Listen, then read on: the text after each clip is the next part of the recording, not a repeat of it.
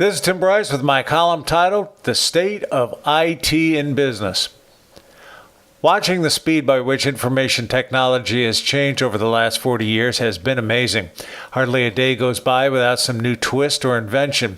In particular, my interest is in how IT can be applied to support the systems needed to operate a business, such as for manufacturing, inventory, order processing, customer service, accounting, human resources, and much more. I've seen a lot during the last 4 decades, perhaps too much. On the physical side, I have watched computing go from mainframes to minis to PCs and smartphones. Instead of mere local area networks, we now network through the internet and share resources via the cloud. By doing so, we have placed data entry and information retrieval into the hands of more people than ever before, be it internal users or externally with customers and vendors. In the process, though, security has become a serious problem. There have also been drawbacks to computing's diminishing size. By thinking smaller, we tend to focus on only a small part of the puzzle and have lost sight of the total picture of our systems. The physical aspects of computing may be seductive, but it has compounded problems within companies. To illustrate, data redundancy remains the Achilles heel of most businesses, be they large or small. It may seem odd, but it is certainly not unusual for companies to have multiple interpretation of such simple yet important data elements as customer number, part number, order number, and product number. Whereas there should be a single interpretation of each, there are multiple interpretations instead. Consequently, the opportunity to share and reuse such data is lost, and systems invariably lack integration. The formulas for generated elements, such as net pay, order total, and earnings saved, may also be redefined for each program written. This results in erroneous information throughout the business. For example, one user's calculation of total sales may be entirely different than the values produced for other users. With such inconsistencies, the business will ultimately make poor decisions.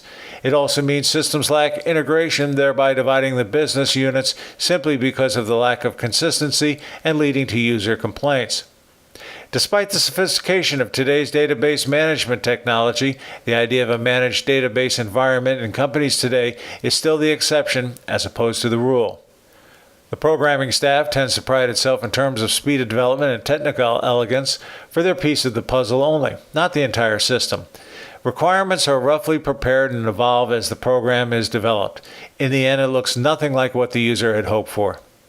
Because writing program source code is typically a one-for-one endeavor, it tends to foster an individualistic attitude among programmers and institutes a heterogeneous development environment.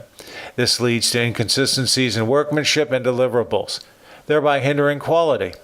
If you were to ask programmers if systems development is a science or an art form, without question they would respond as to the latter. This grants us insight into how programmers see themselves and their work. Interestingly, programmers are not concerned with producing any documentation to maintain or modify their program should future occasion require it. It is generally believed it is cheaper and faster to simply rewrite the code as opposed to modifying the existing program, regardless of its level of complexity. Naturally, as the programmer moves on to another job at a different company, he walks away with the program logic safely lodged in his brain.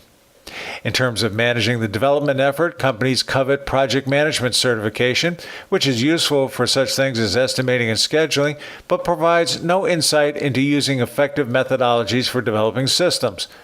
Despite their best intentions, development projects still come in late and over budget. Consequently, companies shy away from massive development efforts and are content building smaller things, thereby discouraging systems integration. Come to think of it, the state of the IT industry is essentially no different than what it was when I began in this business back in the 1970s.